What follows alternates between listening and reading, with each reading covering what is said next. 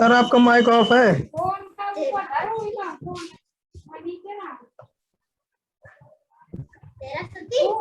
Hello hello. Yes sir. Good morning. आवाज आ रही? Good morning. Yes sir, yes sir, आ रही है। प्रणाम सर। खुश रहो खुश रहो। क्या हाल है भाई? Good morning sir. Sir good morning good morning. सब बढ़िया चल रहा है?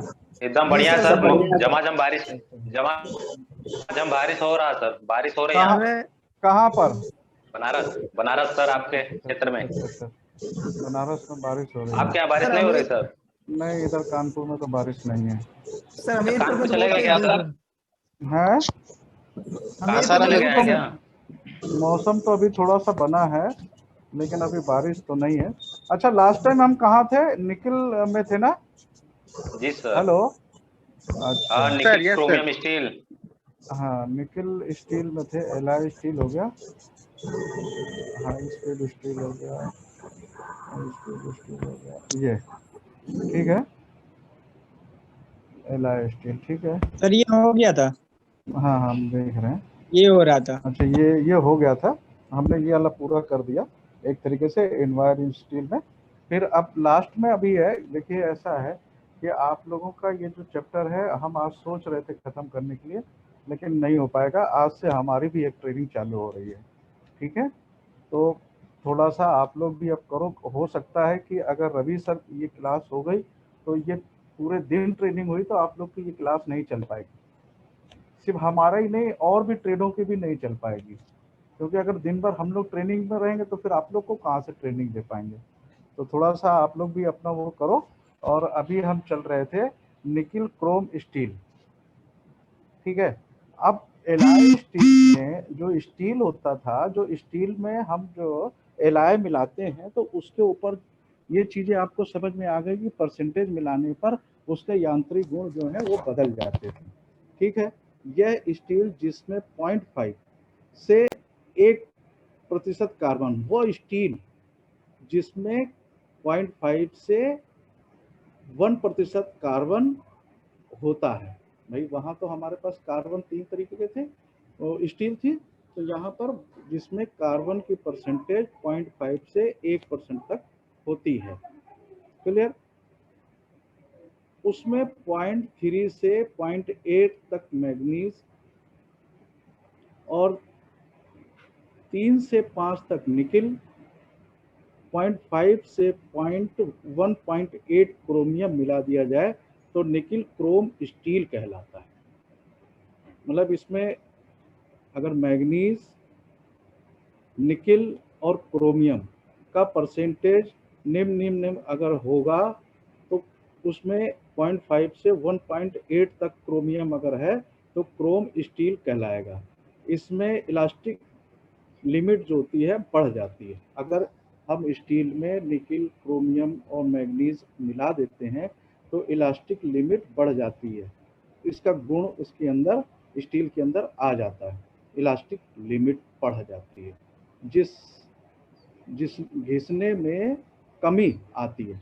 भाई कठोरता, जब ये निकिल, क्रोमियम, वेनाडियम ये सब चीज़ें जहाँ पर मिलती हैं वहाँ पर उस मटेरियल के अंदर कठोरता आ जाती है।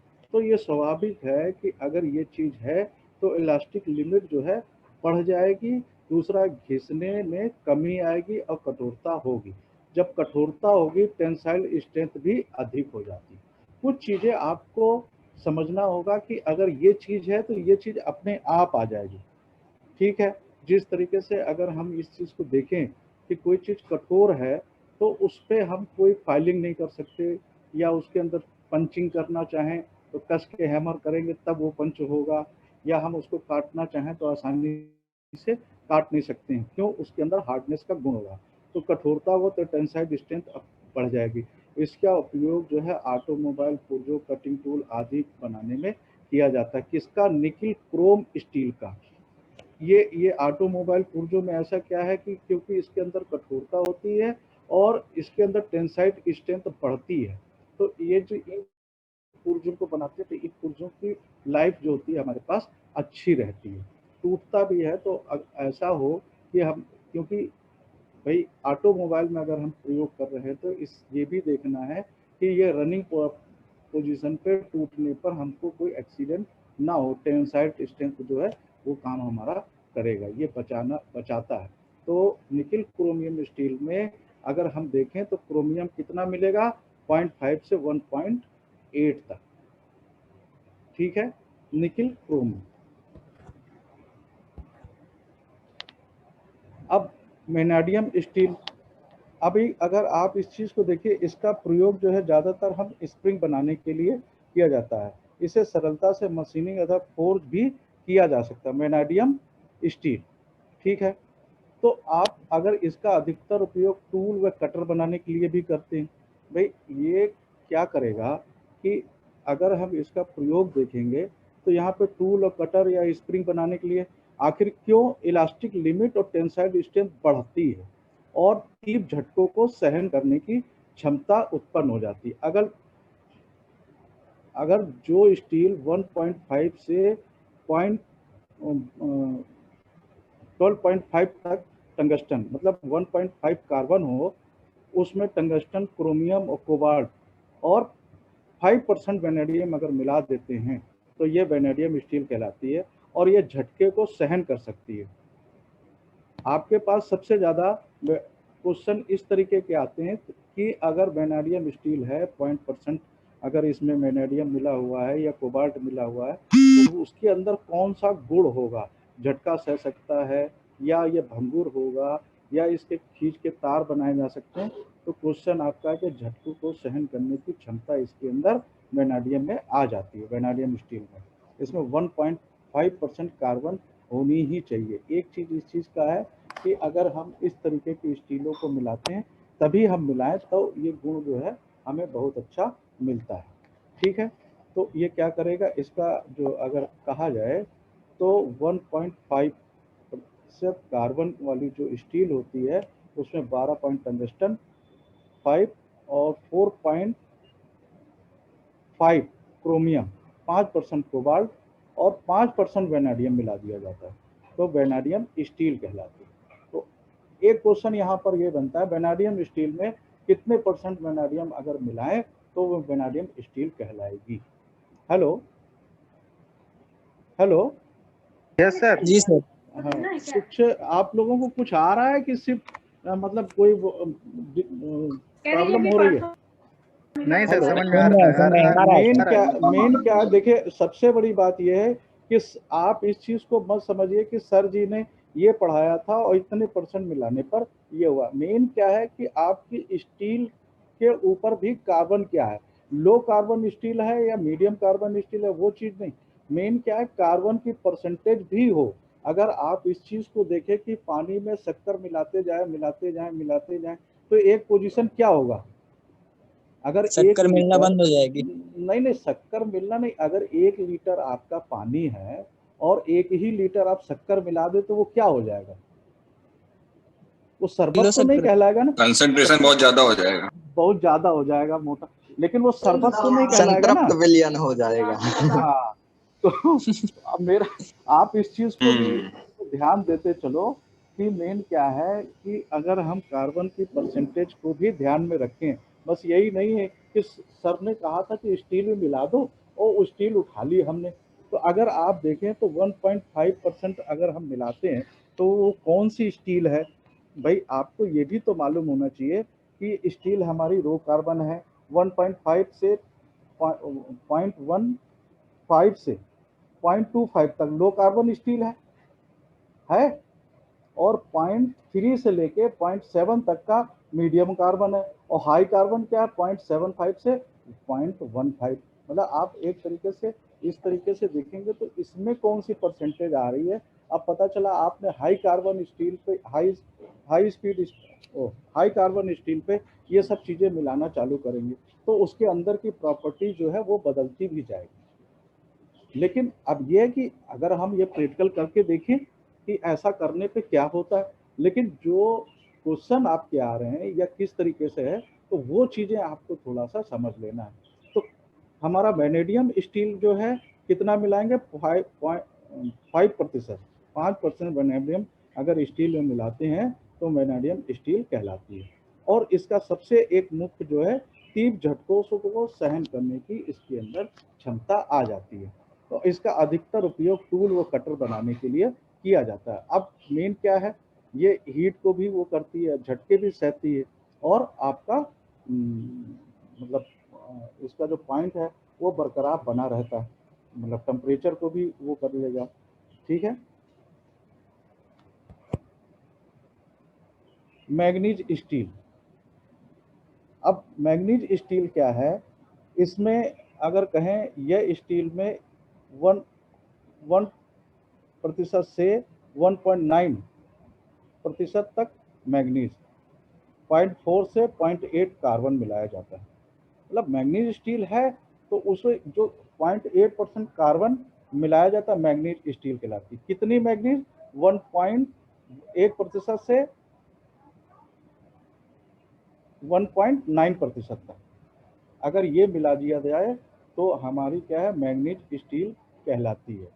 ठीक है। इसमें अगर और भी देखे जाए तो अगर 3% सिलिकॉन और 8% मैग्नीज और 1.2% कार्बन अगर होता है तो वो जनरेटर के बिजली आदि बनाने के काम में भी आ जाता है। तो इसका उपयोग ज़्यादातर रेल लाइन, ग्राइंडर के जो पार्ट्स हैं जो हाई स्पीड में चल रहे होते हैं उनको काम करने के लिए इसका प्रयोग किया जाता है। इसमें विशेष उच्च मशीन स्टील का मिश्रण को हाई एलॉय स्टील का स्पेशल हाई स्टील भी कहते हैं। इसे विशेष उच्च मिश्रण स्टील या स्पेशल हाई एलॉय स्टील भी कहते हैं। ये कठोर और दृढ़ होती है, ये कम घिसती है। तो मैग्नीशियम में इसका है, रंग में ये काले रंग का ग्रेन वाला होता है। इसका मिश्रण बिना तापने के ही कठोर रहता है। मतलब मैग्नीज अगर जहाँ है तो वह बगैर तापने से अपने आप कठोर रहेगा। ठीक है।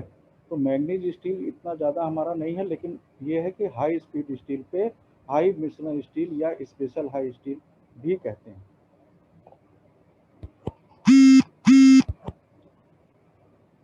Silicon steel.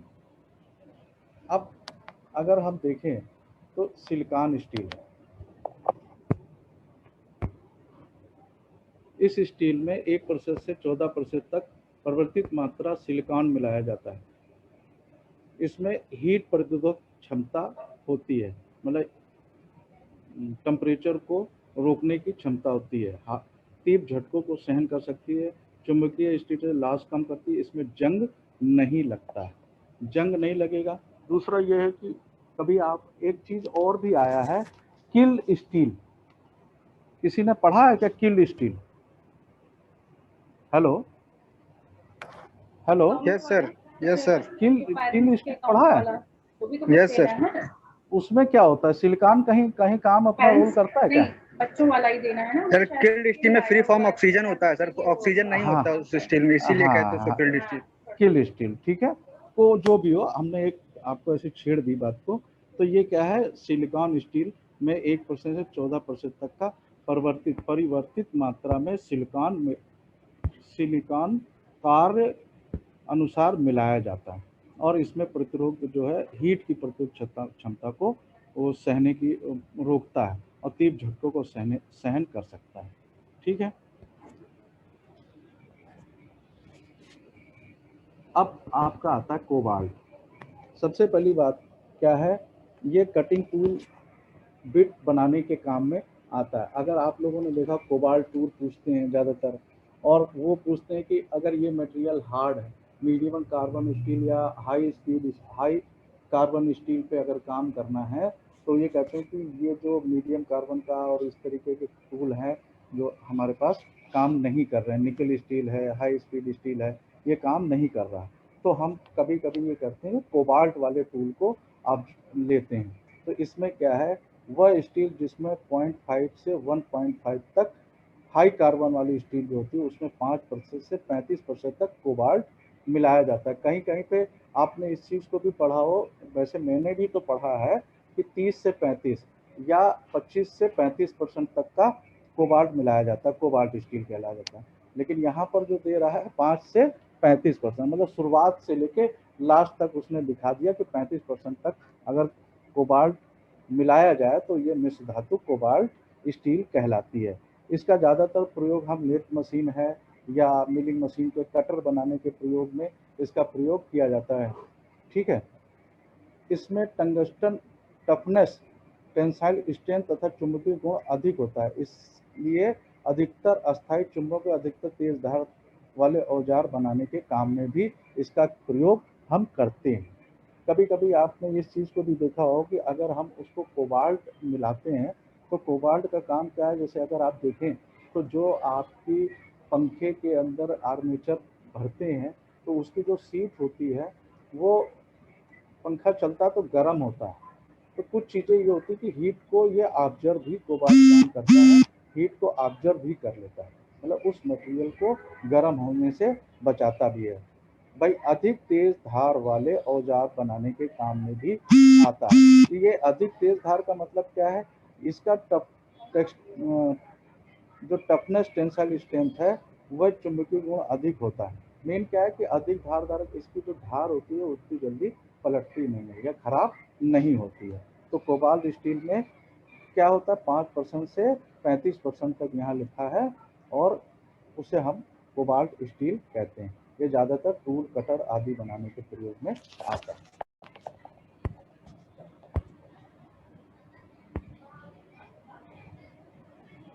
फिर है मैग्नीशियम स्टील, इसमें मोलिबेडियम स्टील, इसमें मैग्नीशियम की मात्रा बहुत भारी होती है। इसमें मोलिबेडियम 4.5 से लेकर 9% तक कार्बन और 0.8 से 1.5 तक क्रोमियम और 4% तक वेनेडियम। अब देखिए इसमें क्या है, क्रोमियम भी मिला रहा और वेनेडियम भी मिला रहा, बाकी आपकी क्रोमियम है स्टील है। तो जब क्रोमियम मिलाया और वेनेडियम मिलाया, आपको हमने वहाँ पे भी बताया था कि क्रोमियम अगर है तो क्रोमियम क्रोजोन रेजिस्टेंस होगा, मतलब उसमें जंग नहीं लगेगा और वो मटेरियल धातु जो है हार्ड हो जाएगी। तो यहाँ पर हम वेनेडियम भी मिला रहे हैं और क्रोमियम भी मिला रहे हैं, तो इसमें क्या होगा, धातु मिलाने पर बहुत अधिक कठोर भी हो जाएगी और टफ भी हो जाएगी। इसका प्रयोग बेयरिंग, भाई अब इतनी चीज़ें अगर हमने दो चीज़ें मिलाई हैं तो हो गया मटेरियल हार्ड हो गया, तो हार्ड हो गया तो हम इसका क्या बेयरिंग, मोटर गाड़ी, हवाई जहाज के पुर्जे आदि बनाने के लिए, अगर आप बेयरिंग ही देख लीजिए तो बेयरिंग में हमने क्या वेनेडियम मिलाया और क्रोमियम मिलाया। तो वेनेडियम में क्या है कि ये चीज़ें क्या हार्ड हो गई, तो रनिंग पोजीशन पे ये कोई चीज़ घिसी नहीं, इतनी पोजीशन इतनी स्पीड होने के बाद भी हमारी बेयरिंग जो है वो ख़राब हो जाती है ये मटेरियल मिलाने से। तो परसेंटेज के अनुसार हम क्या क्या किस तरीके से मिलाएंगे कि इस हमारे एलॉय स्टील की जो यांत्रिक रचना है वो बदल के अपनी इच्छित अनुसार प्राप्त कर सकें। तो ये चीज़ें हमारी कुछ मिले हुई चीज़ें थी। ठीक है, इसके बाद आपका आता है स्टेनलेस स्टील। इससे जो है आप अगर आप देखें स्टेनलेस स्टील में इससे क्वेश्चन बहुत ज़्यादा आता है। तो स्टेनलेस स्टील अगर आप देखें तो इसे आप याद रखें। ठीक है, तो आप स्टेनलेस स्टील के एक दो क्वेश्चन याद रखें और ध्यान करें। स्टेनलेस स्टील में 8% क्रोमियम, 18% मोलिबेडियम और 2% कार्बन और 0.2 से 0.6% मिला दिया जाए तो इसे स्टेनलेस स्टील कहा जाता है। अब स्टेनलेस स्टील में क्या क्या मिला हुआ होता है, पहला क्या है, निकिल, क्रोमियम, मोलिबेडियम, कार्बन, ये चीज़ें मिलने पर इसे स्टेनलेस स्टील कहते हैं। यह धातु सफ़ेद या चमकीली होती है। ठीक है, क्रोमियम की मात्रा अगर हम मिलाते हैं तो उसमें क्या होता है वो भी मैंने आपको पीछे बता दिया। ठीक, वेनेडियम मिला रहे हैं तो अभी नेक्स्ट हमने इसको बताया था। तीसरा क्या है, कार्बन, तो आप समझ ही रहे हैं।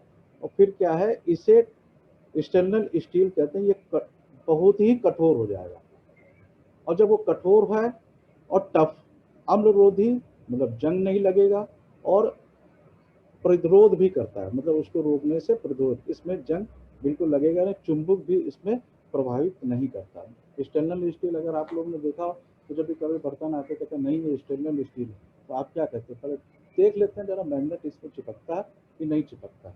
तो आप लोग इस को भी कहते हैं कि इसमें मैग्नेट का प्रयोग अगर करते हैं तो मैग्नेट का कोई प्रभाव नहीं पड़ता है, पहली चीज़। दूसरा क्या है, स्टेनलेस स्टील में इसका प्रयोग घरेलू बर्तन, घड़ियों के पुर्जे, ऑटोमोबाइल, जहाज के पुर्जे, मेडिकल लाइन के जितने भी टूल्स हैं, मेडिकल लाइन संबंधित जितना भी मतलब इंस्ट्रूमेंट है, वो सब ज़्यादातर स्टेनलेस स्टील के बनाए जाते हैं, या वो मटेरियल बनाए जाते हैं जहाँ पर हमें जंग की बिल्कुल भी संभावना ना रहे, या मतलब हमें जंग से फूड के आइटम भी ना हो कि उसमें जंग लग के उसको खराब कर सके। इस तरीके के प्रयोग हम स्टेनलेस स्टील के लिए करते हैं। तो स्टेनलेस स्टील अगर हम देखें तो क्या क्या काम कर रहा है, तो उसमें हमने मिलाया क्या है, क्रोमियम, निकिल, मोनेडियम और कार्बन।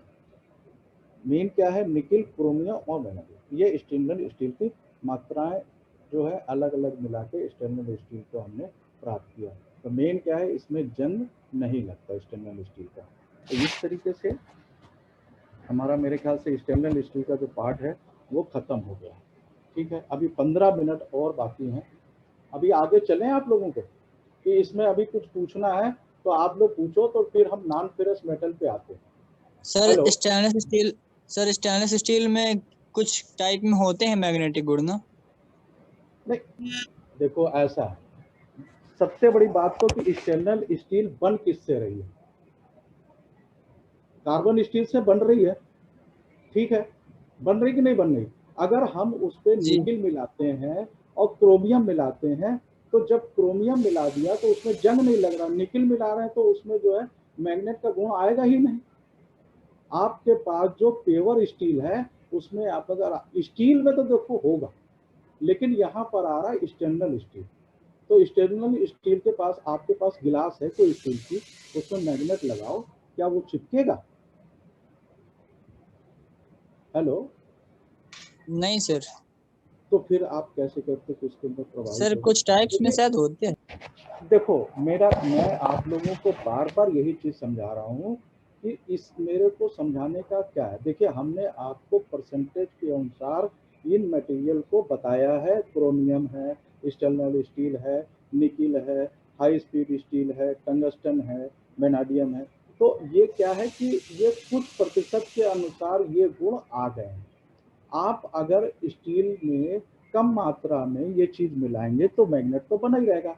जो कुछ चोरी वाली स्टील मिलती है आपके बाजार में, काला पड़ जाता है या हल्का सा मैग्नेट टाइप का आ रहा है, तो वो कह तो जरूर रहे हैं कि ये स्टेनलेस स्टील है, लेकिन क्या होता है, वो जंग लग जाता है। या कहीं कहीं पर स्टील को बनाते, स्टील क्या बोलते हैं, लोहे को, लेकिन उसके ऊपर निकिल कर देते हैं। निकिल, आप समझ रहे हो ना निकिल का मतलब? Hello hello, yes sir. निकिल कर दिया। अभी जैसे क्या है, आपके पास जो साइकिल का हैंडल होता है उसके ऊपर वो लोहे का बना हुआ था, लोहे के पाइप का, लेकिन उसके ऊपर निकिल कर दिया जाता है। तो आप क्या सोचते हो कि ये तो निकिल स्टील है, लेकिन यहाँ पर क्या स्टेनलेस स्टील पे मतलब मेन क्या है कि अगर आप फिगर में देते हैं, चुंबक को अपनी ओर नहीं खींचता। मेन मतलब अगर आप स्टेनलेस स्टील की परिभाषा में देखें तो वो क्या करता है, मैग्नेट को अपनी तरफ नहीं खींचता। अब कहीं कहीं खींचता तो बात अलग। अगर आपके पास एक नंबर का क्वेश्चन आएगा और अगर उसमें ये लिख दिया कि ये मैग्नेट को आकर्षित करता है या मैग्नेट इसमें चिपक सकता है, तो आपने कहा कहीं कहीं पर, तो फिर भैया आपका एक नंबर जाएगा। भाई हमने पढ़ा जरूर है, हम उसको बना जरूर सकते हैं। क्लियर है कि कुछ कह सकते हो आप, इसमें कुछ टिप्पणी करोगे? हेलो, नहीं सर। और बोला नहीं नहीं, सर नहीं। देखो ऐसा, अगर आपने पढ़ा है तो आप उसको एक्सप्लेन करो, ठीक है। तो अब मेरा ये कहना है जरूरत के कि हिसाब आप से तो लोग, सब कुछ बनाया जा सकता है ना। नहीं, मेरा ये कहना है कि आप जो है, शुरू में मैंने आपको पहले एक चीज बोला कि आप लोगों ने मैकेनिकल ट्रेड को चूज किया, तो मैकेनिकल में ज़्यादातर लोहे का काम होता है। लोहे के काम में फिर आपको ये चीज़ मालूम होती है कि ये चीज़ें जिससे ये बनाया जाता है।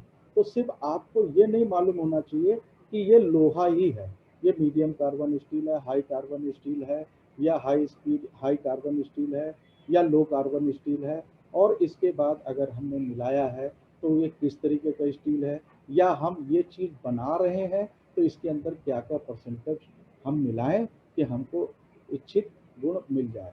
अगर हमारे पास तो स्टील मिला कौन सा, राट आयरन के रूप में आपको मिला था। हेलो हेलो जी sir. Yes sir, yes sir. हाँ, कार्बन के जब आपको आयक्स ओर पे मिला था तो पिग आयरन मिला था, और पिग आयरन के बाद आपको क्या मिला था, कास्ट आयरन मिला था, और कास्ट आयरन में आपको क्या मिला था, राट आयरन मिला था। और राट आयरन को में स्टील की मात्रा परसेंटेज अगर हम मिलाते हैं तो वो लो कार्बन और हाई कार्बन और मीडियम कार्बन स्टील है। अब इन के बाद जो है ये स्टील में ये हमारे एलआई स्टील थे, एलआई था। अगर दो और दो से अधिक धातुओं को अगर हम मिलाते हैं तो क्या हो जाता है, जिस तरीके से अगर आप इस चीज़ को देखें कि आपके पास जो पानी है, अगर आप उस पानी में शक्कर मिलाते हैं, नमक मिलाते हैं, सोडा मिलाते हैं, या कुछ केमिकल मिलाते हैं, तो वो पानी पानी नहीं रह जाता। आप हमें बताइए कि अगर पानी में आपने दूध मिला दिया तो आप उसको क्या कहोगे, पानी युक्त दूध कहोगे कि दूध कहोगे? हेलो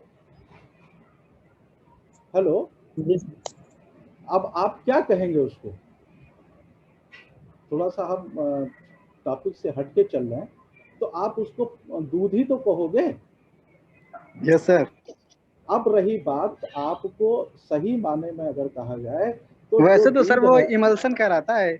हाँ इमल्सन कहलाएगा, लेकिन अगर आप इस चीज को देखें कि दूध के अंदर क्या है, दही है, मक्खन है, घी है, तो उसी तरीके से यहाँ पर है जो आयक्स मिला था हमको, उसके अंदर क्या था, पिग आयरन हमारा निकला। आपको कोई सपना आ रहा पिग, लेकिन आप उस चीज को पढ़ रहे हैं, समझ रहे हैं। पिग आयरन से फिर हमको क्या मिला, मतलब आयरन ओर से हमको क्या मिला, पिग आयरन, और पिग आयरन से हमको क्या मिला, कास्ट आयरन, और कास्ट आयरन से हमको क्या मिला, उसमें भी कितने प्रकार के कास्ट आयरन है, कौन कौन से कास्ट आयरन है, मिनरल कास्ट आयरन है, व्हाइट कास्ट आयरन है, चिल्ड कास्ट आयरन है, इतने प्रकार के वाइट ग्रे। हाँ, तो मेरा यही कहना है कि आप लोग इस मेटल को इस हिसाब से पढ़ेंगे, परसेंटेज को समझ के, परसेंटेज को मिलाने से नहीं, जो उस मुख्य चीज है वो आप याद रखो कि अगर हम टंगस्टन मिलाते हैं तो मेटलियम क्या होगा, वेनेडियम मिलाते हैं तो क्या होगा, या हम निकेल मिलाते हैं तो क्या। 3-4 चीजें आपको याद कर लेनी है, या आप उसको लिख लीजिए कि अगर हम फास्फोरस मिलाएं तो ये स्टील के ब्यूटिल बना देगा। भाई फास्फोरस आप जानते हो क्या चीज होती है, तो वो ब्यूटिल का गुण ला के दे देगा। अगर हम क्या कहते हैं, स्टील में अगर निकल मिला दे तो क्या होगा, क्रिटिकल टेम्परेचर हाई हो जाएगा और कड़ापन आ जाता है, और ये टेंसाइल स्ट्रेंथ बढ़ा देगा। ये कुछ चीजें आप अपने हिसाब से, सभी लोगों को मैं बोल रहा हूँ कि आप सिर्फ एलआई स्टील के नाम लिखिए और उसके ऊपर उसका गुण लिखिए, और आप उसको अपनी सरलता के अनुसार याद कर लीजिए, आपको ये एलआई स्टील तुरंत रट जाएगा। कुछ चीजें तो आपको आंख बंद करके बता दोगे कि ये चीज मिलाया गया तो ये हो जाएगा। अगर हमने स्टील में कोबाल्ट मिलाते हैं तो क्या होगा, यह हार्डनेस बढ़ा देगा, स्ट्रेंथ को बढ़ा देगा, कम ये हार्डनेस तथा स्ट्रेंथ को बढ़ाने के लिए मैग्नेटिक काम गुण आ आता है। जाएंगे। हाँ, तो ये चीजें आ जाता है, ठीक है। ये स्टील में मैग्नेटिक पावर को बढ़ाता है। तो आप कुछ चीजें भाई देखो, जो पढ़ रहा है अभी, किसने बोला है, थोड़ा सा नाम बताओ। हेलो हेलो अभी किसने बोला है? तो मैं आप लोगों को ये ठीक है, अच्छी बात है। तो ये अगर आप लोग हो सकता है तो सभी लोग अपना अपना बना के, या एक लोग बना लो, ठीक है। मेरे पास है, पीडीएफ में है, अगर हम दे देंगे तो आप लोग ले लें, लेकिन मेरी पीडीएफ अभी हमें समय भी नहीं मिल पा रहा, मेरे पास कोई लैपटॉप नहीं है कि मैं उसको मतलब जल्दी जल्दी इधर से कर दूँ, जिसको भी मैंने कहा वो सही ढंग से कर नहीं पा रहा। तो ये मैंने जो बनाया है उसमें ये भी लिखा हुआ, सिर्फ एक पेज इतना, जैसे ये पेज बनाया, ठीक है, कि ये क्या मिलाने से क्या हो, ये मिलाने से क्या क्या होगा। क्लियर है? अब हम जी सर। आपको नॉन फेरस मेटल के विषय में पढ़ाएंगे। पीछे आपको कोई दिक्कत हो आप हमसे बेहिचक पूछ सकते हो, ठीक है। सर आप जितना मेटल पढ़ाया उसका पीडीएफ सेंड कर दीजिए। मैं PDF मेरे सेंड करने से कुछ नहीं, आप लोग जो मैंने पढ़ाया है आपके पास किताब है, देखो PDF तो मेरे पास ये है, ये भी कुछ पन्ने ऐसे हैं कि जो अगर हम आपको दे देंगे उसमें इंग्लिश भी है, हिंदी भी है, कुछ इधर का भी जुड़ा हुआ है, कुछ ज्यादा अच्छा है, है। ये ज्यादा अच्छा है, आप जिससे पढ़ाते हैं वो ज्यादा बेटर है। सर 250 साल अंग्रेजों के गुलाम रहे हैं, इतनी बहुत इंग्लिश सीख गए हैं थोड़ी बहुत। नहीं, अरे यार देखो ऐसा है, हमारे पास इंग्लिश का भी PDF है, हिंदी का तिवारी भी। कितने साल के हो? बात ये नहीं तिवारी होता की कि उम्र 250 साल थोड़ी है।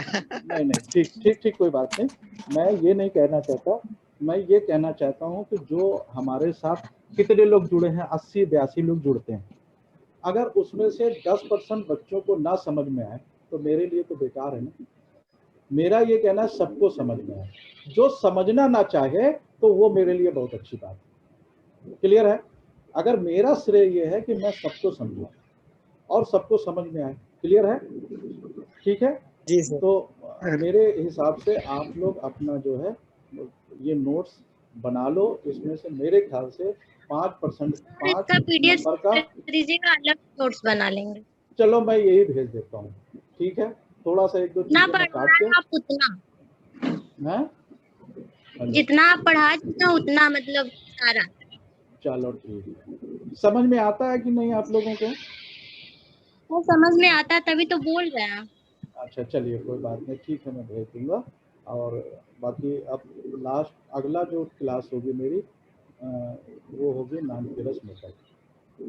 ठीक है, अभी फेरस भी हो गया, एलॉय भी हो गया, नॉन फेरस मेटल, तो आप लोग थोड़ा सा कॉपर है, सर एल्युमिनियम एक है। और चीज बता दीजिए कि ग्रीन वाले पेजेस तो अभी मिल नहीं पा रहे हैं, तो किसी तो आपके पास वाइट, जो लंबे वाले सफेद वाले हैं उसी में लिख लो, क्योंकि आपके पास अब समय भी नहीं है, आने वाले समय में सभी को मैं ये कहूँगा कि आप लोग अपने कोर्स को कंप्लीट कर लो, क्योंकि बाद में क्या होगा, उधर POT भी चलेगी, वर्षा कैलकुलेशन भी होगा तेजी से, हर कोई रिकॉर्ड मांगेगा।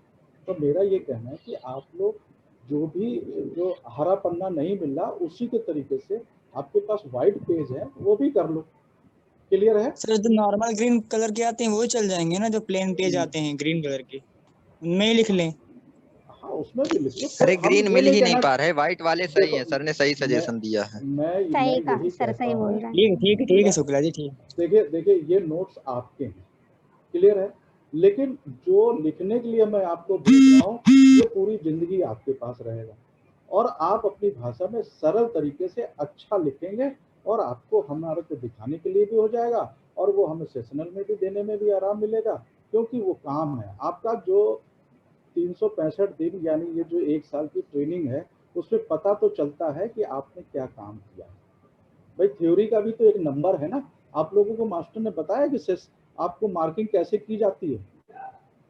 POT बाहर देखना कौन है, हेलो हेलो। सर हाँ सर जो आपने 5 चैप्टर दिए थे लिखने के लिए वो हो गए हैं, उसके बाद स्टार्टिंग में जो 5 चैप्टर लिखने थे थ्योरी में, हाँ सर वो तो लिख गए हैं, उसके बाद जो आप पढ़ा रहे हैं वो लिखना है या 6 चैप्टर से लिखना है? नहीं, आगे आप 6 चैप्टर से लिखना चालू करिए जो आपके पास सिलेबस है। ठीक है, जैसे अभी हमने मान लीजिए आपको कहाँ तक दे दिया था, मान लीजिए पंच तक दे दिया था, हैंड टूल्स तक दे दिया था, अब कटिंग टूल्स तक दे दिया था। कटिंग टूल्स तक हो गया था सर।